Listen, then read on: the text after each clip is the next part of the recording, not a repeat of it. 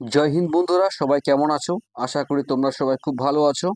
আজকে আমি আরেকটা সেট নিয়ে আমি তোমাদের সামনে এসেছি। এটা হচ্ছে আমাদের সেট নাম্বার 3। যারা যারা ডাব্লিউবিপি এক্সাম দিচ্ছ, কেপি এক্সাম দেবে, এমটিএস এক্সাম দেবে, গ্রাম পঞ্চায়েতের যারা এক্সাম দেবে এবং যে কোনো এক্সামের জন্য এই ধরনের GK set very very important. একদম শেষ পর্যন্ত তোমরা সবাই অবশ্যই করে দেখবে এবং কে কত স্কোর পেলে আমাকে তোমরা জানাবে। আজকের ফার্স্ট কোশ্চেন দেখো, একমাত্র মহিলা সম্রাজ্ঞী যিনি দিল্লির সিংহাসনে রাজত্ব করেছিলেন। অপশান তোমাদের সামনে আছে: মমতাজ বেগম, নূরজাহান, রাজিয়া সুলতানা, উপরোক্ত কেউ নয়। উত্তর করো তোমরা। উত্তর কি হবে? অপশান 3, রাজিয়া সুলতানা। ওকে, এবার এখান থেকে আর কি কি কোশ্চেন আসতে পারে সেগুলো তোমরা ভালো করে দেখে নাও। রাজিয়া সুলতানা 1236 থেকে 1240 সাল পর্যন্ত দিল্লির বুকে শাসন করেছিলেন। ইনি কি? ইনি হচ্ছে ইলতুৎমিশের কন্যা। ওকে, এবং দাস বংশের একজন শাসক। ঠিক আছে, রাজিয়া সুলতানা দাস বংশের একজন শাসক। ওকে, এবার দেখো, এই ইলতুৎমিশ দুটো মুদ্রা স্থাপন করে। ওকে, একটা নাম হচ্ছে কি টঙ্কা, টঙ্কা, একটা নাম হচ্ছে কি জিতল। যেটা টঙ্কা সেটা হচ্ছে রূপার মুদ্রা। কি বললাম? রূপার মুদ্রা হচ্ছে টঙ্কা। আর জিতলটি কি? জিতলটি হচ্ছে তামার মুদ্রা। ভেরি ভেরি ইম্পর্টেন্ট, এক্সামে এগুলো বারবার করে আসে। এবং ইলতুৎমিশ থেকে আর একটা ভেরি ভেরি ইম্পর্টেন্ট এমসিকিউ আসে। এই ইলতুৎমিশ হচ্ছে লাহোর থেকে লাহোর থেকে তার রাজধানীকে দিল্লিতে স্থানান্তর করেন। লাহোর থেকে কোথায় নিয়ে যায়? দিল্লিতে। ওকে, এবং আর একটা কোশ্চেন দেখো এখান থেকে আসে যে সুলতানা রাজিয়া, রাজিয়া সুলতানার পরে সিংহাসনে কে বসে?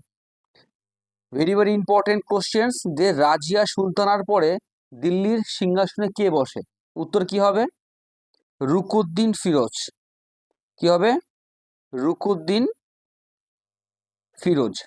ওকে, এবং এই যে রাজিয়া সুলতানা, এই যে রাজিয়া সুলতানা, তার যে হাজবেন্ড অর্থাৎ তার যে স্বামী, তার নাম কি? মালিক আলতুনিয়া। প্রত্যেকটা কোশ্চেন্স খুবই ইম্পর্টেন্ট। মালিক আলতুনিয়া। ঠিক আছে, শেষ পর্যন্ত তোমরা আমার সাথে থাকো, লেভেল তৈরি করে দেবো। এবং এই যে রাজিয়া সুলতানা, তার সমাধিস্থল আছে কোথায়?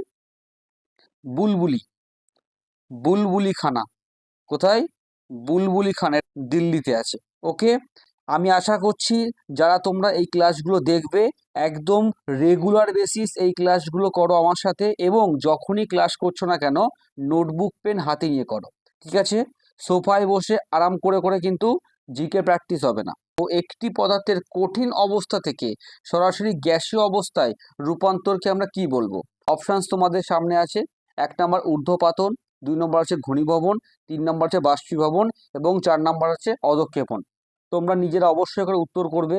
যেটা ভুল হবে সেটা নেগেটিভ মার্ক হিসেবে কিন্তু তোমরা 4টে এরকম ভুল গেলে 1 নাম্বার করে মাইনাস করে দেবে। সম্পূর্ণ সেটে তোমরা লাস্টে কত পাচ্ছ অবশ্যই করে আমাকে তোমরা জানাবে। ওকে, উত্তর করেছো তোমরা। উত্তর কি হবে? ঊর্ধ্বপাতন। ওয়েস্ট বেঙ্গলের পঞ্চায়েতি রাজ ব্যবস্থা কয়টি স্তর আছে? ভেরি ভেরি ইম্পর্টেন্ট, এই কোশ্চেনটা তোমাদেরকে বারবার করে আসে এক্সামে। সঠিক উত্তর কি হবে? অপশান 4, অর্থাৎ 3টি স্তর আছে। কি কি স্তর আছে? ফার্স্ট স্তর কি হবে? গ্রাম পঞ্চায়েত। তারপরে কি হবে? সমিতি। এবং লাস্ট কি হবে? জেলা পরিষদ। কি হবে? জেলা পরিষদ। ওকে, পঞ্চায়েতি রাজ ব্যবস্থাটা কত সালে প্রথম লাগু হয়? উত্তর করো তোমরা। কত সালে প্রথম লাগু হয়? উত্তর কি হবে? 1959 সালে। সালটা মনে রাখবে, 1959 সালে 2রা অক্টোবর ফার্স্ট লাগু হয়। লাগু হয় কোথায়? নাগর জেলা, নাগর জেলা। ঠিক আছে, নাগর জেলায়। ভেরি ভেরি ইম্পর্টেন্ট, কে লাগু করেন? জওহরলাল নেহেরু। কে করে? জওহরলাল নেহেরু করে। ভারতবর্ষের এখনো এমন বেশ কয়েকটি রাজ্য আছে যেখানে এই ব্যবস্থা এখনো পর্যন্ত লাগু হয়নি। সেই রাজ্যগুলোর নাম বলো তোমরা। 1 নম্বর কি হবে? নাগাল্যান্ড, মেঘালয় এবং মিজোরাম। এই তিনটেই কিন্তু আমাদের উত্তর পূর্ব ভারতের রাজ্য। এই তিনটে রাজ্যে এখনো পর্যন্ত এই গ্রাম পঞ্চায়েত ব্যবস্থা কিন্তু লাগু হয়নি। নাগাল্যান্ড, মেঘালয় এবং মিজোরাম। এবং এই গ্রাম পঞ্চায়েত কোন পার্টে আছে? কোন পার্টে আছে? পার্ট 9-এ আছে। ঠিক আছে, ভিডিওটি ভালো লাগলে অবশ্যই করে লাইক করে দেবে এবং বন্ধুদের মাঝে তোমরা শেয়ার করে দেবে। এবং এই ধরনের যদি তোমরা সেট পেতে চাও অবশ্যই অবশ্যই করে এই চ্যানেলটাকে সাবস্ক্রাইব করে রাখো। নেক্সট কোশ্চেন দেখো, the right to information act, okay, অর্থাৎ আমরা কি বলবো, RTI, right to information act কত সালে প্রথম লাগু হয়েছিল? অ্যান্সার করো তোমরা। Right to information act options তোমাদের সামনে আছে 1952 সাল, 1977 সাল, 2005 সাল এবং 2000 সাল। সঠিক উত্তর কি হবে? অপশান 3 অর্থাৎ অপশান সি, 2005 সাল। এই RTI এর মাধ্যমে যে কোনো সরকারি সংস্থার ইনফরমেশন কিন্তু আমরা অ্যাজ এ নাগরিক হিসেবে পেতে পারি। আমি যদি আইনতভাবে যাই তাহলে RTI এর মাত্র 30 দিনের মধ্যে অর্থাৎ 1 মাসের মধ্যে কিন্তু সমস্ত নথি আমার কাছে দিয়ে দেওয়া হবে সরকারিভাবে। যদি না দেয়, নেক্সট আমি যে RTI একটা করব এখানে কোনো চার্জ আমাকে কাটা হবে না। ঠিক আছে, সরকার তোমাকে ইনফরমেশন দিতে বাধ্য। কোন অ্যাক্টের মাধ্যমে? RTI অর্থাৎ রাইট টু ইনফরমেশন অ্যাক্ট লাগু হয়েছিল কত সালে? 2005 সালে। ওকে বন্ধুরা, সঙ্গে থাকো, লেভেল তৈরি করে দেবো। Full form of FIR, FIR কথা সম্পূর্ণ অর্থ কি? উত্তর করো তোমরা। Option 2, first information report. উত্তর কি হবে? First information report. Okay, next question দেখো বন্ধুরা, শের ই পাঞ্জাব নামে কে পরিচিত? ভেরি ভেরি ইম্পর্টেন্ট, এই কোশ্চেনটা বারবার এক্সামে আসে। অপশানস তোমাদের সামনে আছে ভগৎ সিং, জয়প্রকাশ নারায়ণ, লালা লাজপত রায় এবং রামমোহন লাহোরি। উত্তর করবে তোমরা। উত্তর কি হবে? লালা লাজপত রায়। ওকে, ইনি 1928 সালে মারা যান। কেন মারা যান? 1927 সালে কি গঠন হয়েছিল? সাইমন কমিশন গঠিত হয়েছিল। সেটা 1928 সালে আমাদের ভারতে এসেছিল। ভারতে আসার সময় Simon go back, Simon go back বলে স্লোগান দেয়। কে দেয়? এই লালা লাজপত রায় দেয়। সেই স্থানে লাঠির আঘাতপ্রাপ্ত হয়ে লালা লাজপত রায় কিন্তু মারা যান এবং তাকে কি বলা হয়? তাকে বলা হচ্ছে শের ই পাঞ্জাব। ঠিক আছে, এখান থেকে আরেকটা MCQ আসে যে All India Trade Union Congress, AITUC, All India Trade Union Congress কে স্থাপন করেন? অবশ্যই কি হবে? লালা লাজপত রায় কিন্তু এটি স্থাপন করেন। অখিল ভারতীয় হিন্দু মহাসভা, কি বললাম? অখিল ভারতীয় হিন্দু মহাসভা কে স্থাপন করেন?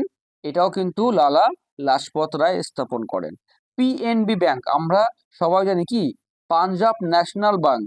এটি ভারতের একমাত্র ব্যাংক যেটা বিগত 100 বছরেও নাম চেঞ্জ হয়নি। সেটাও কি স্থাপন করেন? সেটাও কিন্তু লালা লাজপত রায় স্থাপন করেন। তাহলে আরেকবার তোমরা ভালো করে জিনিসটা দেখে নাও যে শের ই পাঞ্জাব নামে কে পরিচিত? লালা লাজপত রায়। তিনি মারা যান কত সালে? 1928 সালে।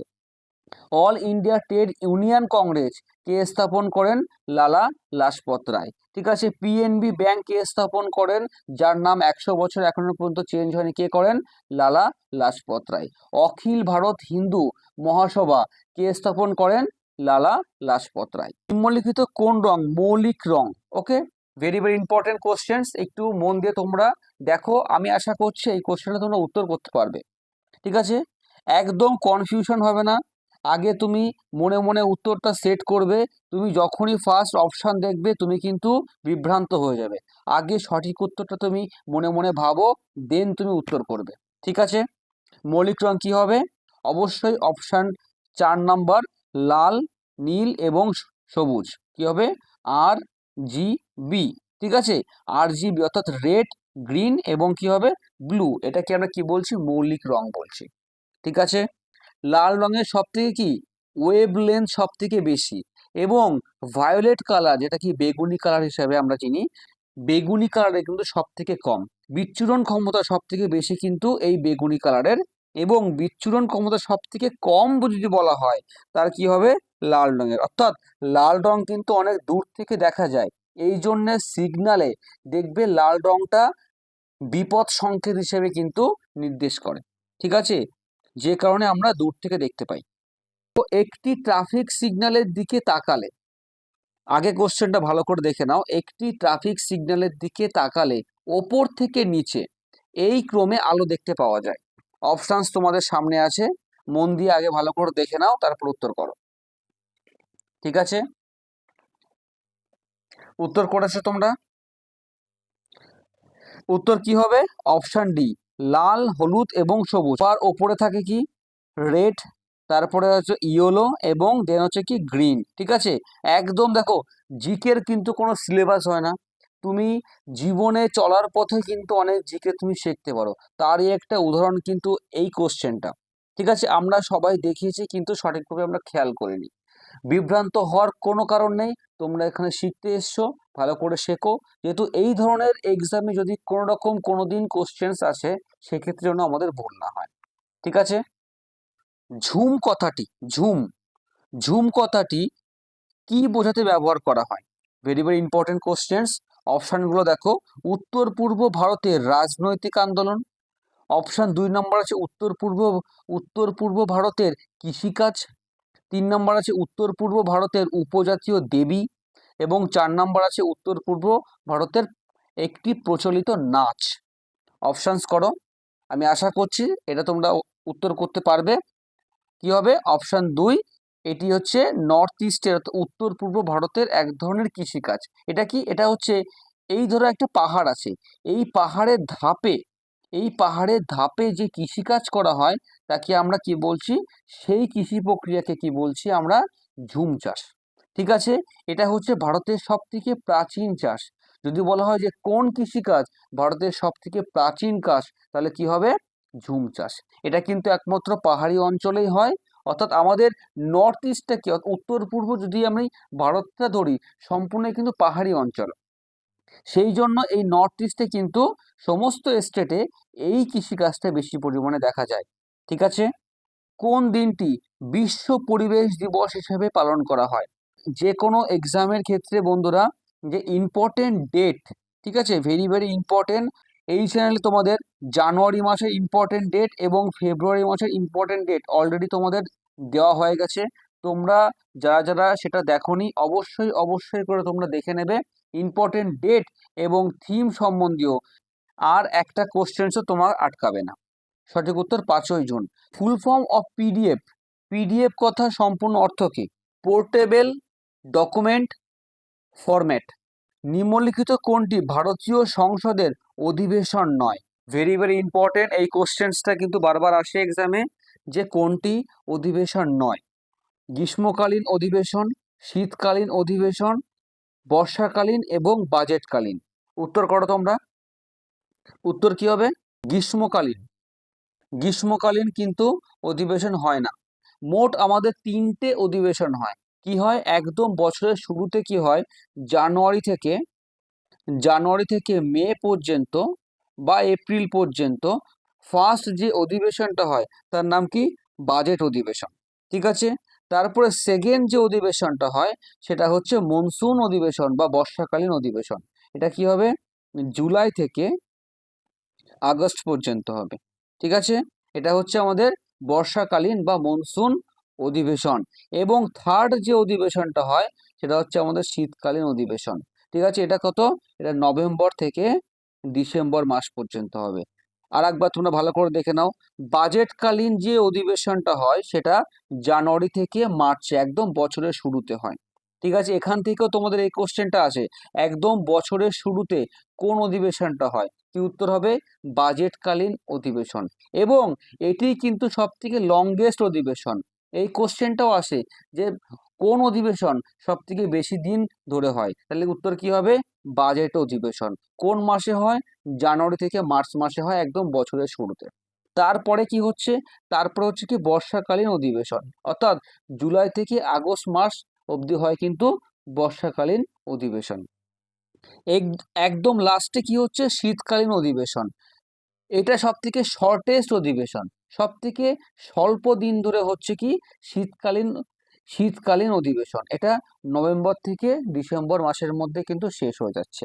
ঠিক আছে, এবং এই সম্পূর্ণ যে বাজেট প্রক্রিয়াটা কোন আর্টিকেলের মধ্যে হচ্ছে? আর্টিকেল 85। ঠিক আছে, এবং এখান থেকে আরেকটা কোশ্চেন আছে, এই যে বাজেট কথা উল্লেখ করা আছে না, বাজেট, সংবিধানে কোথাও এই বাজেট কথাটা কিন্তু উল্লেখ করা নেই। ঠিক আছে, সংবিধানে কোথাও কিন্তু এই বাজেট কথাটা উল্লেখ করা নেই। কি লেখা আছে? Annual financial statement. কি লেখা আছে? অ্যানুয়াল ফাইন্যান্সিয়াল স্টেটমেন্ট আছে লেখা কিন্তু। ঠিক আছে, বাজেট কিন্তু কোথাও উল্লেখ করা নেই। এবং এই বাজেটটা অর্থাৎ এই অ্যানুয়াল ফাইন্যান্সিয়াল স্টেটমেন্টটা 112 নম্বর আর্টিকেলের মাধ্যমে কিন্তু পেশ করা হয়। ঠিক আছে, আর্টিকেলটা ভালো করে মনে রাখো, কত? 112 নম্বর আর্টিকেলের মাধ্যমে কিন্তু বাজেট বা অ্যানুয়াল ফাইন্যান্সিয়াল স্টেটমেন্ট পেশ করা হয়। ঠিক আছে, কিন্তু বাজেট শব্দটা সংবিধানে কোথাও উল্লেখ করে দেওয়া নেই। এবং এই সম্পূর্ণ যে অধিবেশন প্রক্রিয়াটা সেটা কিন্তু 85 আর্টিকেলের মাধ্যমে হচ্ছে। আশা করছি এখানে কোনো ডাউট তোমাদের নেই। যদি কোনো রকম কোনো ডাউট থেকে অবশ্যই তোমরা আমাকে কন্ট্যাক্ট করতে পারো। অবশ্যই অবশ্যই করে তোমরা নোট ডাউন করবে, এবং যদি ভালো লাগে একটা লাইক করে দিও, কারণ লাইক দিলে খুব ভালো লাগে। ঠিক আছে, আর কিছু না। যে গ্রন্থিটি মস্তিষ্কের সব থেকে কাছে অবস্থিত তার নাম কি? একদমই সোজা, উত্তর কি হবে? পিটুইটারি গ্রন্থি। ঠিক আছে, একে আমরা মাস্টার গ্ল্যান্ড বলতে পারি। কি বলতে পারি? Master gland. অর্থাৎ এই গ্রন্থি কিন্তু অন্যান্য গ্রন্থিকে নিয়ন্ত্রণ করে, এবং এটি কিন্তু একটা এন্ডোক্রাইন গ্ল্যান্ড, অর্থাৎ অন্তঃক্ষরা গ্রন্থি। ঠিক আছে, এটা কিন্তু একটা অন্তঃক্ষরা গ্রন্থি। ওয়েস্ট বেঙ্গলের নিম্নোক্ত জেলাগুলিকে উত্তর থেকে দক্ষিণে সাজাও। ম্যাপের থেকে তোমাদের এই কোশ্চেনটা এসছে। দেখো, আমাদের অলরেডি ম্যাপ সংক্রান্ত ভিডিও দেওয়া হয়ে গেছে, কিন্তু ওয়েস্ট বেঙ্গলটা এখনো দেওয়া হয়নি। আমি খুব শীঘ্রই তোমাদের ওয়েস্ট বেঙ্গলের ম্যাপ আনছি। এছাড়া আমাদের ওয়ার্ল্ড ম্যাপ হয়ে গেছে। ঠিক আছে, ইন্ডিয়ান ম্যাপ হয়ে গেছে। ওকে, উত্তর করো তোমরা। উত্তর কি হবে? Option D. ঠিক আছে, অর্থাৎ সবার আগে কি হবে? বর্ধমান, তারপরে হবে বাঁকুড়া, তারপরে হবে বীরভূম, এবং সবার লাস্ট হবে কি? হাওড়া। ওকে, ভারতের জনঘনত্বপূর্ণ জেলা কোনটি? উত্তর করো তোমরা। অপশন আছে কি? 1 নম্বর আছে রাজস্থান, 2 নম্বর আছে বিহার, 3 নম্বর আছে উত্তরপ্রদেশ, এবং 4 নম্বর আছে মহারাষ্ট্র। অবশ্যই উত্তর কি হবে? বিহার হবে। বিহারে সব থেকে বেশি পরিমাণে জনঘনত্ব সম্পূর্ণ রাজ্য যদি বলা হয় কোনটি হবে, তাহলে কি হবে? বিহার উত্তর হবে। ঠিক আছে, সেকেন্ড পজিশনে কে আছে? অর্থাৎ জনঘনত্বের দিক থেকে সেকেন্ড পজিশনে কিন্তু আমাদের ওয়েস্ট বেঙ্গল আছে। ঠিক আছে, এটা কিন্তু মনে রাখবে। অনেক সময় দ্বিতীয় নাম্বারটা কিন্তু তোমাদের এক্সামে চলে আসে। নেক্সট কোশ্চেন দেখো, দীপা কর্মকার অলিম্পিকের কোন খেলায় অংশগ্রহণ করেছিলেন? অপশনস তোমাদের সামনে আছে। অ্যাথলেটিক, 2 নম্বর হচ্ছে সাঁতার, 3 নম্বর হচ্ছে জিমনাস্টিক, এবং 4 নম্বরে কি আছে? বক্সিং। উত্তর করো। উত্তর কি হবে? অপশান 3, অর্থাৎ জিমনাস্টিক খেলার সঙ্গে যুক্ত। ঠিক আছে, ইনি কোন স্টেট থেকে বিলং করে? ত্রিপুরা। কোন স্টেট? ত্রিপুরা। ত্রিপুরার রাজধানী কি হবে? আগরতলা। ওকে, ত্রিপুরার রাজধানী কি হবে? আগরতলা। ইনি কিন্তু প্রথম ভারতীয় হিসেবে জিমনাস্টিকে অলিম্পিকে যান। কত সালে হবে? 2016 সালে। কোন পজিশনে তিনি শেষ করেন? তিনি কিন্তু চতুর্থ পজিশনে শেষ করেন। ঠিক আছে, কোন অলিম্পিকে? Rio Olympic. রিও কোথায় অবস্থিত? ব্রাজিল। ঠিক আছে, আর একবার তোমরা ভালো করে দেখে নাও। দীপা কর্মকার জিমনাস্টিকের সাথে যুক্ত। তিনি 2016 সালে রিও অলিম্পিকের চতুর্থ পজিশন অর্জন করেছিলেন, এবং তার বাড়ি কোথায়? ত্রিপুরা রাজ্যে বাড়ি। ভারতবর্ষে টাকার যোগান কারা নিয়ন্ত্রণ করে? অপশানস তোমাদের সামনে আছে। অর্থমন্ত্রক, 2 নম্বর আছে ভারতীয় রিজার্ভ ব্যাংক, 3 নম্বর আছে অর্থ কমিশন, এবং 4 নম্বর আছে ভারতীয় স্টেট ব্যাংক। উত্তর করবে তোমরা। উত্তর কি হবে? অপশান 2, ভারতীয় রিজার্ভ ব্যাংক, অর্থাৎ RBI। এবার আমাকে বলো যে RBI কত সালে এস্টাবলিশ হয়? 1935। ঠিক আছে, RBI কত সালে এস্টাবলিশ হয়? 1935। এবং কোন কমিশনের মাধ্যমে হয়? Young Hilton commission. কি হবে? ইয়াং হিল্টন কমিশনের মাধ্যমে কিন্তু RBI নিয়োগ হয়। এবং RBI কত সালে জাতীয়করণ হয়? 1949, অর্থাৎ 1949 সালে কিন্তু RBI জাতীয়করণ করা হয়। RBI এর এখন বর্তমান হেড কে আছে? শক্তিকান্ত দাস। কি আছে? শক্তিকান্ত দাস, শক্তিকান্ত দাস। ঠিক আছে। Satyajit Ray film and institute কোথায় অবস্থিত আছে? এই সত্যজিৎ রায়টি কে? সত্যজিৎ রায় কিন্তু একজন গ্রেট ফিল্ম মেকার। কুমার রায় আবল তাবল যে গ্রন্থটি লেখে, সুকুমার রায়, এই সুকুমার রায়ের কিন্তু সুপুত্র ছিল কে? সত্যজিৎ রায়। এবং এই সুকুমার রায়ের যে বাবা, তার নাম কি? উপেন্দ্র কিশোর, উপেন্দ্র কিশোর রায়চৌধুরী, উপেন্দ্র কিশোর রায়চৌধুরী। সঠিক উত্তর কি হবে? অপশান 3, অর্থাৎ কলকাতায়। সত্যজিৎ রায় কিন্তু 1992 সালে মারা যান এবং এই বছরেই ভারতীয় সর্বোচ্চ সম্মান কি? ভারতরত্ন, ভারতরত্ন কিন্তু তাকে প্রদান করা হয়। তার জীবনের প্রথম যে সিনেমা, তার নাম কি? পথের পাঁচালী। কি হবে? পথের পাঁচালী, পাঁচালী। সাল কত? 1955। ফেলুদা, প্রফেসর শঙ্কু, এইগুলো সব কি? কাল্পনিক একটা চরিত্র, যেগুলো কে তৈরি করে? সত্যজিৎ রায় কিন্তু এগুলো তৈরি করেন।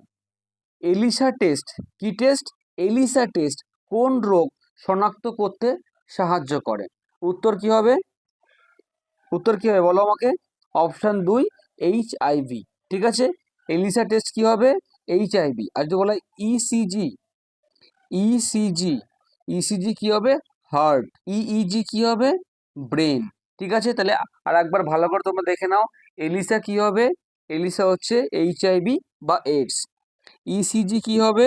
হার্ট। ইইজি কি হবে? ব্রেন। আজকের এই সেটের একদম লাস্ট কোশ্চেন দেখো, নিম্নলিখিত কোন মহাসাগর, নিম্নলিখিত কোন মহাসাগরের আকৃতিটি ইংরেজি বর্ণমালা এস এর আকার? যারা যারা তোমরা ম্যাপের ভিডিওটা দেখেছো, তাদের ক্ষেত্রে একদম সহজ কোশ্চেন এটা। ঠিক আছে। এবং যারা যারা এখনো পর্যন্ত ম্যাপের ভিডিও তোমরা দেখোনি, অবশ্যই অবশ্যই করে আমি ডেসক্রিপশন বক্সে লিঙ্ক দিয়ে দেবো, তোমরা অবশ্যই করে ম্যাপের ভিডিওটা দেখে নেবে। কারণ ম্যাপ সংক্রান্ত কোশ্চেন্স এক্সামে আসে, বারবার আসে, আর এখানে মানুষ বিভ্রান্ত হয়ে যায়। বিভ্রান্ত হওয়ার একটাই কারণ তারা ম্যাপটা সঠিকভাবে জানে না। ম্যাপ যদি তুমি না জানো, তাহলে এই ধরনের কোশ্চেন্স তুমি কখনোই উত্তর করতে পারবে না। মুখস্থ বিদ্যা আজকে আছে, কালকে তুমি ভুলে যাবেই যাবে। ঠিক আছে। ম্যাপ সংক্রান্ত যে কোনো সমস্যার জন্য তোমরা ওই ভিডিওগুলো অবশ্যই করে দেখো, আমি কথা দিচ্ছি তোমরা ওখান থেকে উপকার পাবে। তাহলে এই কোশ্চেনটার সঠিক উত্তর কি হবে? এস আকৃতি কি হবে বলো? অবশ্যই খুবই সোজা, আটলান্টিক মহাসাগর। ঠিক আছে। এবার আমি যদি বলি এখান থেকে যে সব থেকে ডিপেস্ট ওশিয়ান কি হবে? কি হবে উত্তর? প্রশান্ত মহাসাগর। ঠিক আছে। সব থেকে ডিপেস্ট বললে কি হবে? প্রশান্ত মহাসাগর হবে। ঠিক আছে বন্ধুরা, আশা করছি তোমাদের এখানে কোনো ডাউট নেই। যদি কোনো ডাউট থেকে অবশ্যই অবশ্যই করে তোমরা আমাকে মেসেজ করে জানাবে। ঠিক আছে। এবং কে কত স্কোর করলে এই সেটে অবশ্যই করে আমাকে জানাতে তোমরা ভুলবে না। এই ধরনের সেট তোমরা যদি নিত্য প্র্যাকটিস করতে চাও, এই চ্যানেলটিকে এখনো পর্যন্ত যারা তোমরা সাবস্ক্রাইব করোনি, তোমরা দয়া করে সাবস্ক্রাইব করে দাও। এবং ভিডিওটি ভালো লাগলে বন্ধুদের মধ্যে শেয়ার করতে একদম ভুলো না। আবার দেখা হচ্ছে নেক্সট কোনো ভিডিওতে বন্ধুরা। আপাতত জয় হিন্দ, জয় ভারত।